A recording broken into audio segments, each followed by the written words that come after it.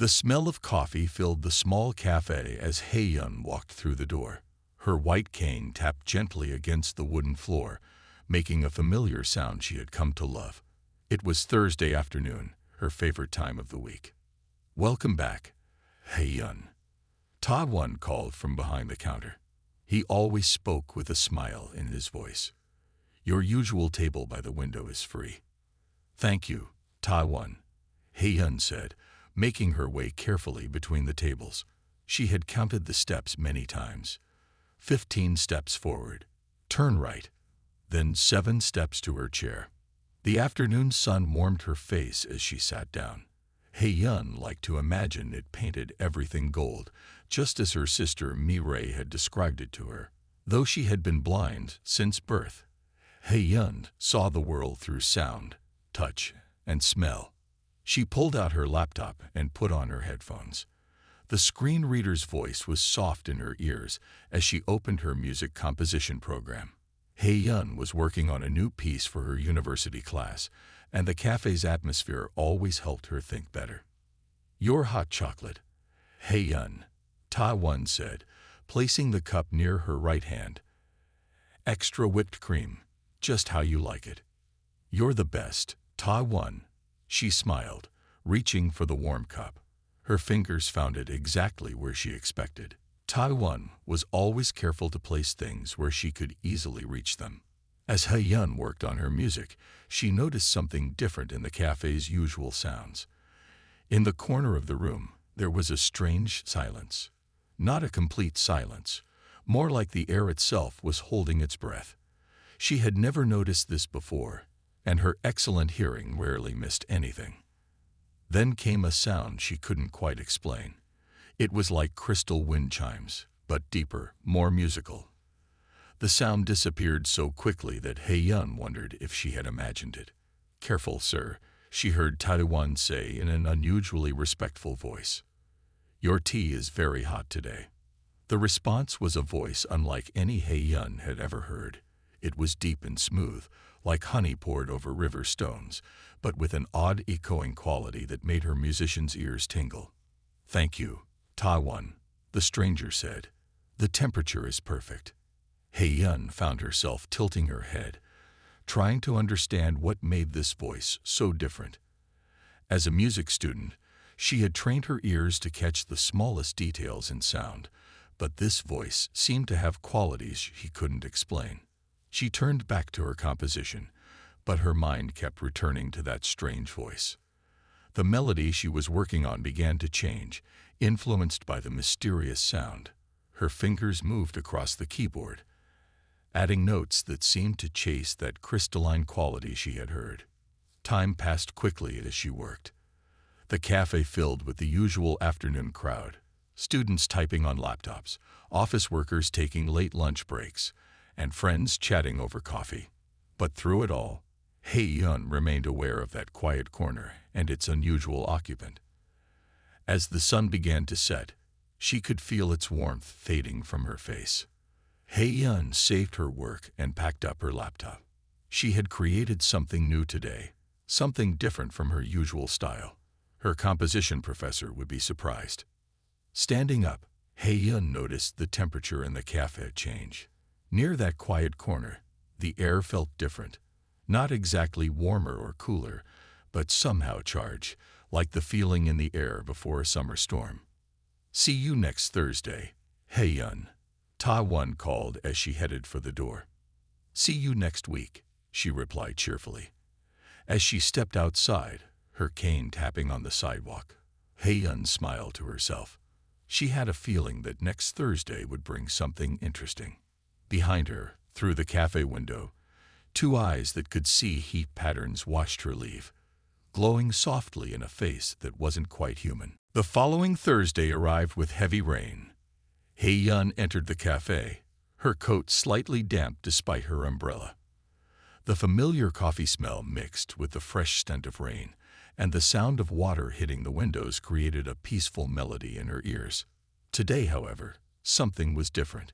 The cafe was unusually crowded, filled with people seeking shelter from the rain. The normal buzz of conversation was louder, and Hae-yun's usual path through the tables seemed blocked by additional chairs and customers. "I'm sorry, Hae-yun," Ta-won called out, his voice worried. "Your regular table is taken." The rain brought in more customers than usual. Hae-yun stood still for a moment, her cane touching the wooden floor uncertainly. She had memorized the path to her usual spot, but finding a new table would be challenging in the crowded space. "There's a free seat here," that unusual voice from last week said. It came from somewhere to her right, still carrying that strange crystalline quality that had influenced her music. "If you don't mind sharing the table." "Thank you," Hae-yun said, turning toward the voice. She moved carefully, her cane helping her avoid chairs and bags until she reached the table. "The chair is directly in front of you, about 2 steps forward." The voice guided her. Hae-yun appreciated how precise the instructions were. Many people didn't know how to give clear directions to someone who couldn't see.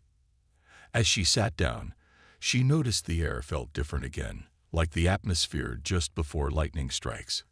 "I'm Hae-yun," she said, placing her laptop on the table. "Do-hyun," the voice replied. "I've heard your music. You were working on something interesting last week." Hae-yun tilted her head in surprise. "You could hear it through my headphones." There was a pause, and she heard what might have been a soft laugh, though it sounded more like wind chimes in a gentle breeze. "I have good hearing," Do-hyun said. The melody had an unusual structure. "It reminded me of home." "Where is home?" Hae-yun asked, curious about the strange accent in his voice that she couldn't quite place. "Very far from here," Do-hyun said. "A place where music is different. They use patterns of sound that most people here would find strange." Hae-yun's face lit up with interest. "I love learning about different kinds of music. Could you tell me more about it?" As Do-hyun began to describe the music of his homeland, Hae-yun noticed something fascinating. When he spoke about music, his voice seemed to change slightly, taking on harmonics that shouldn't have been possible for a human voice. She found herself leaning forward, captivated by the way he described sounds she had never imagined. "In my home," he said, "music isn't just heard. It's felt in the air, in the changing temperatures, in the vibrations of crystal formations." "That sounds beautiful," Hae-yun said softly. "I understand about feeling music. Being blind, I often experience music through touch and air pressure changes." The temperature around their table shifted slightly, becoming pleasantly warm, like stepping into sunlight. Hae-yun heard that crystalline sound again, very faint, almost hidden under the cafe's normal noise. "Would you play something for me?" Do-hyun asked. "From your new composition." Hae-yun opened her laptop, put one earbud in, and left the other out so she could talk with Do-hyun. As she played the piece she had worked on last week, she could have sworn the air around them began to hum in harmony with her music. "Interesting," Do-hyun said when she finished. "You've captured something unexpected in those notes, something that reminds me of distant stars." Hae-yun smiled, though she found his comment curious. "Stars make music." "Everything makes music," Do-hyun replied, his voice carrying that strange resonance again. "We just need to learn how to listen." Outside, the rain had stopped, but neither of them noticed. They were too absorbed in their conversation about music that crossed boundaries Hae-yun didn't yet know existed. 3 weeks had passed since Hae-yun and Do-hyun first shared a table. Now, every Thursday, they sat together in what she had come to think of as their corner. The cafe had become a special place where music and stories flowed between them like a gentle stream. Today, Hae-yun arrived early, excited to share her latest composition. She had worked on it all week, trying to capture the strange and beautiful harmonics she kept hearing in Do-hyun's voice. As she set up her laptop, she heard his familiar footsteps approaching. She had learned to recognize them. They had an unusual rhythm, as if he was carefully measuring each step. "The air feels warmer when you're happy," Do-hyun said as he sat down. His voice carried its usual crystalline undertone that made her think of wind through ice caves. How did you know I was happy? Heyun asked, surprised by his observation. Your breathing changes slightly, and you move your hands more when you're excited about something, he explained. Heyun noticed he often paid attention to small details about her that others missed. I finished the piece I told you about, she said, connecting her headphones. She handed him one earbud and kept the other for herself. It's different from anything I've composed before. As the music played, Heyun felt the air around them change. It always did when Do-hyun listened to her music, becoming warmer and somehow denser, as if filled with invisible lights. She had never mentioned this strange effect, worried he might think it was odd that she noticed such things. This is remarkable, Do-hyun said when the piece ended. His voice sounded different, more complex, with layers of tones that reminded Heyun of orchestra bells. You've captured harmonics that most humans never notice. I was inspired by the stories you told me about your homeland, Heyun said, about music that feels like changing temperatures and crystal vibrations. I tried to translate that into something I could play. The air temperature shifted again, becoming cooler for a moment before warming up. Heyun had begun to associate these temperature changes with Do-hyun's emotions, though she wasn't sure why she felt that connection. Tell me more about where you're from, she said. The way you describe it, it sounds like nowhere I've ever heard of. Do-hyun was quiet for a moment. When he spoke, his voice was careful, measured. My home is very different from here. The music there is made by the movement of crystals in the wind and by the dance of heat through the air. We don't use instruments like yours. Instead, we use, he paused, natural elements to create our songs. It sounds beautiful, Heyun said. Sometimes when you talk, I hear echoes of that kind of music in your voice, like there's another song hiding behind your words. The temperature around them dropped suddenly, then quickly returned to normal. Heyun heard that faint crystalline sound again, the one she'd first noticed weeks ago. You hear more than most people, Do-hyun said softly. His voice had that multi-layered quality again, like several tones speaking at once. When you can't see, you learn to notice other things, Heyun explained. The world is full of patterns, in sounds, in temperatures, in the way air moves. Most people don't pay attention to them, but they're there if you know how to listen. Yes, Do-hyun agreed, and she heard something like relief in his voice. Yes, they are. They spent the rest of the afternoon sharing stories. Do-hyun told her about places she had never heard of, describing them through sounds and sensations rather than sights.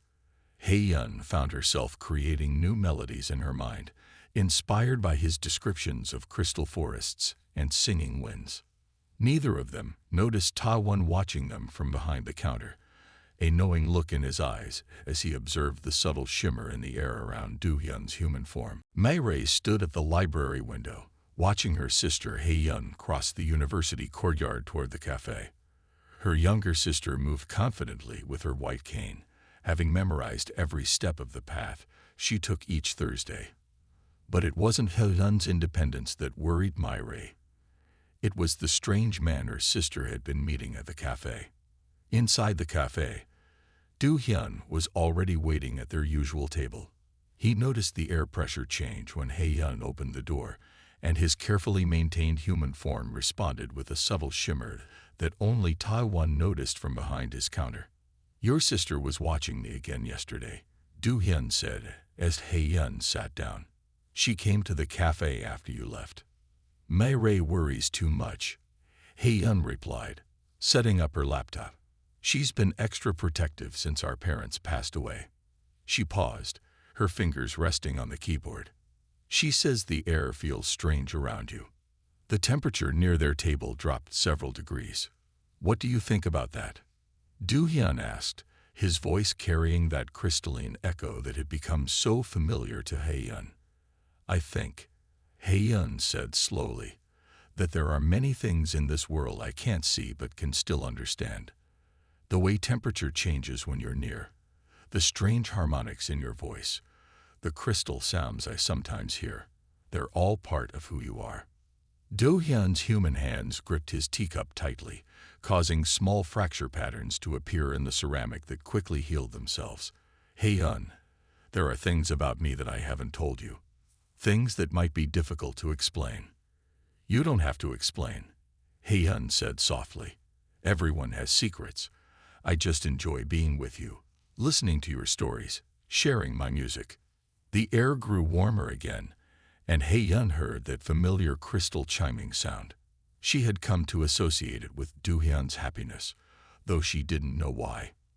Speaking of music, she said, changing the subject, I've been invited to perform at the university's spring concert. Would you come? I'd like you to be there. The temperature fluctuated rapidly. I'm not sure that would be wise, Do-hyun said. His voice seemed to split into multiple tones for a moment before he controlled it again. Large crowds can be difficult for me. At that moment, Mireille entered the cafe. She walked directly to their table, her library badge still hanging around her neck. Hae-hyun, I need to speak with you, she said, then turned to Do-hyun. Excuse us. Hae-hyun felt the air temperature drop sharply as her sister led her to another table. Through the cafe's ambient noise, she could still hear that crystal chiming sound. But now it seemed sad, almost like breaking glass. Hae-hyun, I'm worried about your friend, Mary said in a low voice. Yesterday, I saw something strange. The air around him seemed to move in ways it shouldn't, and when he thought no one was looking, his shadow. She stopped, as if unsure how to continue. Mireille, Hae-hyun said gently. Do-hyun is different, yes, but he's kind, and he understands music in ways no one else does. Isn't that what matters? Back at his table, Do-hyun could hear their conversation clearly with his enhanced senses. His human form flickered slightly, revealing a brief glimpse of crystalline scales before he regained control. Tae-won quickly moved to stand in front of him, blocking the view from other customers. You need to tell her soon, Tae-won whispered as he pretended to wipe the table, before someone else does.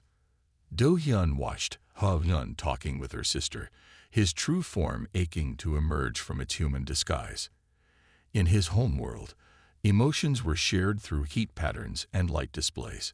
Here, trapped in human form, he could only watch as the first person to truly understand his music struggled to defend him without knowing what she was defending. Dark clouds gathered over Seoul one Thursday afternoon, bringing an unusual summer storm. The cafe's windows rattled with thunder as Hae-hyun worked on her concert piece. Do-hyun sat across from her, more quiet than usual, watching the lightning with growing concern.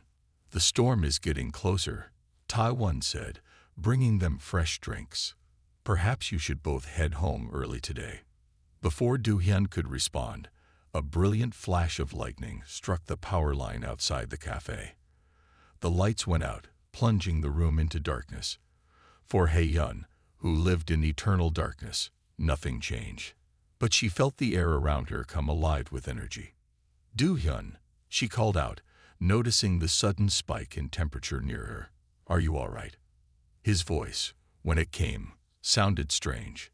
The crystalline quality she had always noticed was now dominant, making his words chime like struck glass. I need to leave. Your hand feels very warm, Hae-hyun said, reaching across the table. Her fingers brushed against something that wasn't skin. Something smooth and faceted, like touching warm crystal. She drew her hand back in surprise. The air crackled with energy. Hae-hyun heard that familiar crystal chiming sound, but much louder now, almost like a song. The other customers were too focused on the storm to notice, but Tae-won rushed to their corner. Do-hyun, Tae-won whispered urgently, your form is slipping. The lightning, it's interfering with your control. Hae-hyun sat very still, processing what she was hearing and feeling. The air around their table had become extraordinarily warm, and she could hear a sound like crystal wind chimes in a storm. Whatever was happening, it centered around Do-hyun. I can't maintain. Do-hyun's voice broke into multiple tones, like a crystal orchestra. The electromagnetic interference is too strong. Heyun reached out again, moving her hand through air that felt like warm silk. Do-hyun, whatever's happening, it's okay. I'm not afraid. The temperature dropped suddenly as Do-hyun pulled away from her reach. You should be, he said, his voice a symphony of crystalline notes. I'm not. I'm not what you think I am. Another lightning strike hit nearby, and Heyun heard something like shattering glass, followed by gasps from the few customers who hadn't already fled the storm. The air around her filled with impossible sounds, crystal chimes, harmonic resonances, and a deep thrumming that made her bones vibrate. Everyone out. Taiwan called, hurrying the remaining customers toward the door. Power outage protocol. But Heyun stayed in her seat. The air around her had changed completely. Heat patterns swirled like music she could feel on her skin, and the crystalline sounds had become a complete symphony. Heyun, Do-hyun's voice came from above her now, higher than any human could stand, each word ringing with multiple harmonics. Please, go. No, she said firmly, standing up. You've listened to my music for months. Now I'm listening to yours. The crystal sounds faltered. Heyun felt waves of heat move around her like emotions given form. She reached out once more, her hand steady. Your true voice, she said softly. It's what I've been hearing in my music all along, isn't it? The crystal tones, the temperature changes, the impossible harmonics. This is the real you. The heat patterns around her shifted, forming what felt like a protective cocoon of warm air. Outside, the storm raged on, but inside their corner of the cafe, Heyun stood surrounded by living crystal music, reaching toward a truth she had sensed but never seen. The next morning dawned clear and bright, but Heyun's world had changed forever. She sat in the empty cafe before opening hours, her hands wrapped around a warm cup of tea. Across from her, Do-hyun had given up trying to maintain a fully human form. You can touch it, if you want to understand, Do-hyun said, his voice a gentle symphony of crystal tones. Heyun reached out slowly. Her fingers met something smooth and warm, a crystalline scale that felt like polished diamond but radiated heat like sunlight. As she explored further, she discovered that Do-hyun's true form was massive, his body a living sculpture of crystal formations that chimed softly when touched. You're beautiful, she whispered, understanding now why his voice had always carried those strange harmonics. All this time, the music I heard in your voice, it was your real self trying to speak. On my world, Do-hyun explained, his words creating patterns of warm air that Heyun could feel. We communicate through heat and light and crystal resonance. This human form was necessary for my diplomatic mission, but it never felt right. Not until I met you. Taiwan brought more tea, completely unfazed by the large crystalline dragon that now filled one corner of his cafe. I've known what Do-hyun was since he first came here, he explained to Heyun. My cafe has always been a safe place for visitors from other worlds. Suddenly, a mechanical whirring sound came from outside. Do-hyun's crystalline body tensed, creating a chorus of chiming notes. Security drone, he said, his voice sharp with concern. They must have detected my energy signature during the storm. The drone appeared at the window, a floating black sphere with scanning lights. Before anyone could react, it crashed through the glass, its lights focused on Heyun.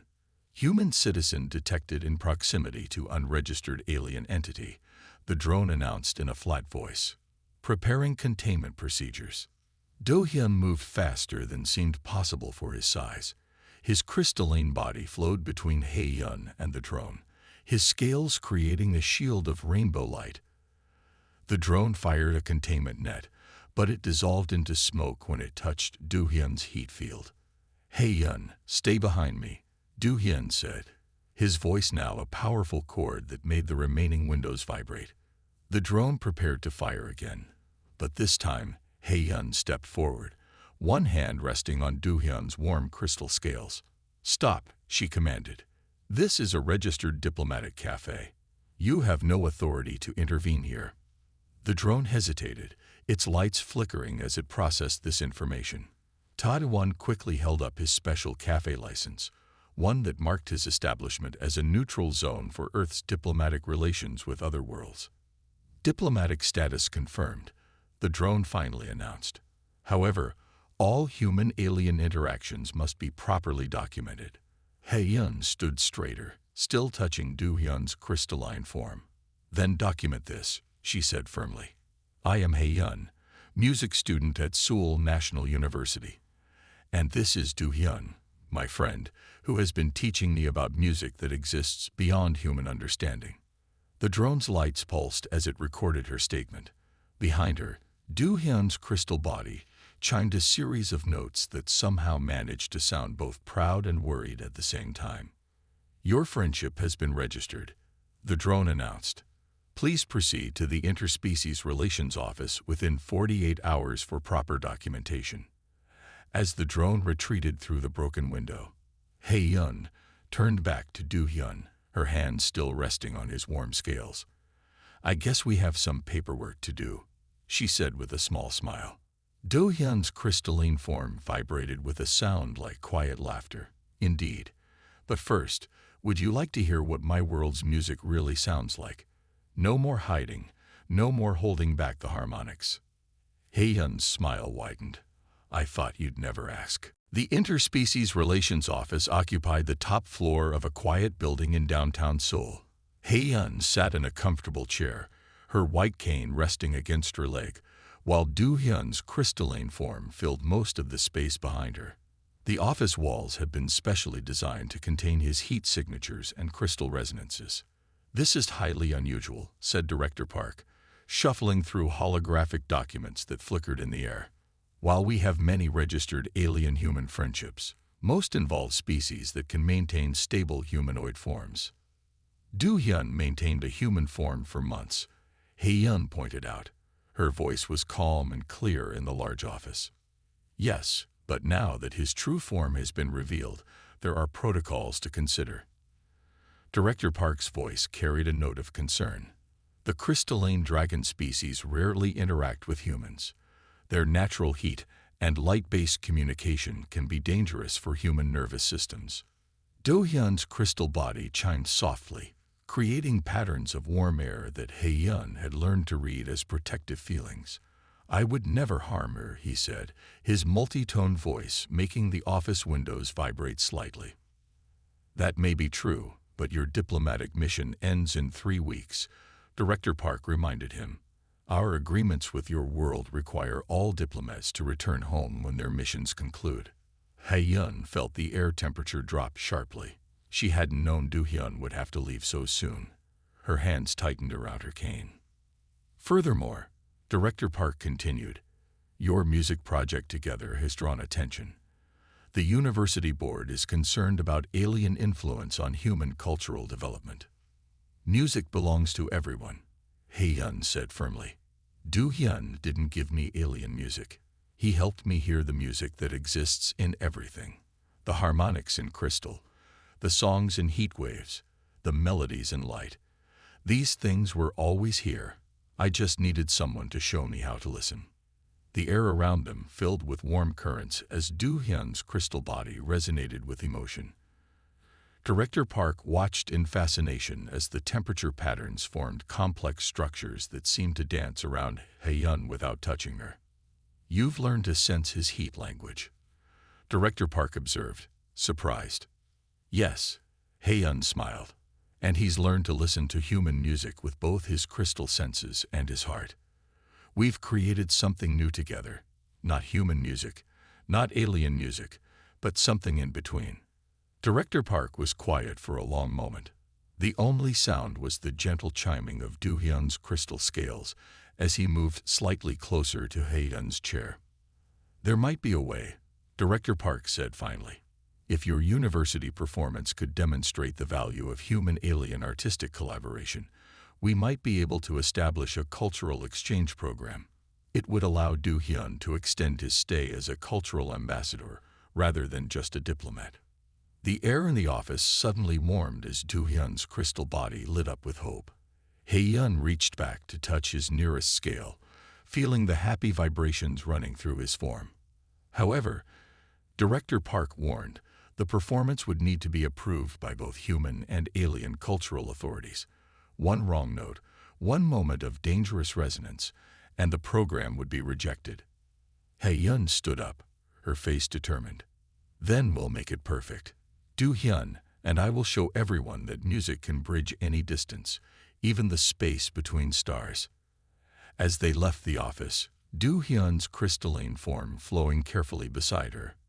He-yun's mind was already filling with new melodies, songs of crystal and starlight, of warmth and friendship, of two worlds learning to sing together. The concert hall of Seoul National University was filled to capacity. In the front row sat Director Park alongside representatives from both Earth's government and Do-hyun's homeworld. May-rae stood nervously backstage, watching as the unusual performance setup was completed, a regular piano on one side and a large, clear space on the other. He-yun sat at the piano, her fingers resting lightly on the keys. Behind her, Do-hyun's crystalline form rose like a living sculpture, his scales catching the stage lights and sending rainbow patterns across the walls. "Are you ready?" He-yun asked softly. "For you always," Do-hyun replied, his voice a gentle harmony of crystal tones. The hall fell silent as He-yun began to play. The first notes were purely human, a melody that spoke of loneliness and curiosity. Then Do-hyun joined in, his crystal body creating harmonics that wrapped around He-yun's music like warm silk. The audience gasped as temperature patterns began to flow through the hall, carrying melodies that humans had never felt before.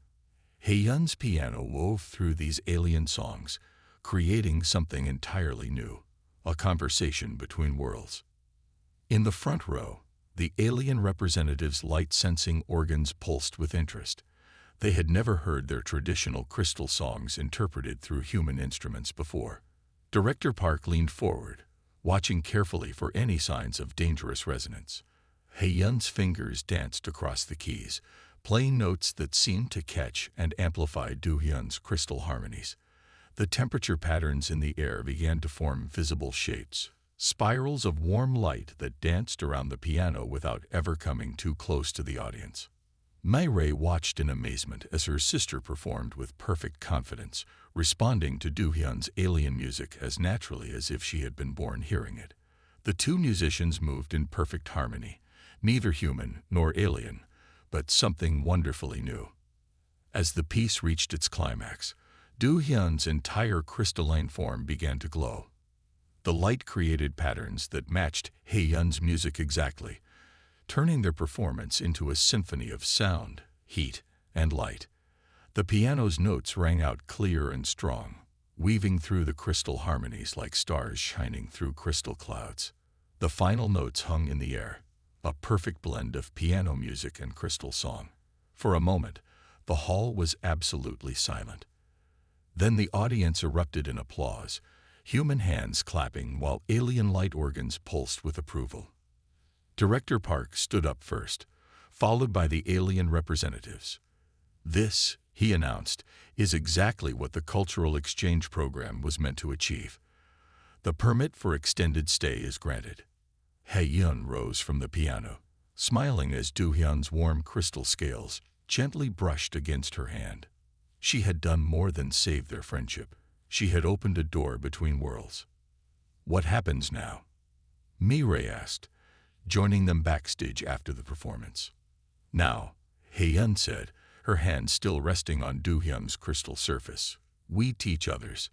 There's so much music in the universe that humans have never heard, and so many human songs that other worlds would love to learn." Do-hyun's crystal body chimed happily, creating a shower of rainbow light. "And we'll learn new songs together," he added, his voice carrying all the harmonics he no longer needed to hide. Outside the concert hall, news was already spreading about the blind human girl who could hear alien songs, and the crystal dragon who learned to love human music. Their performance would be remembered as the moment when two worlds finally began to truly hear each other. In Taiwan's cafe, a new sign appeared the next day. Earth's first official human-alien music academy. And every Thursday afternoon, the sound of piano keys mixing with crystal songs could be heard drifting through the door, inviting others to learn how to listen to the music of the stars.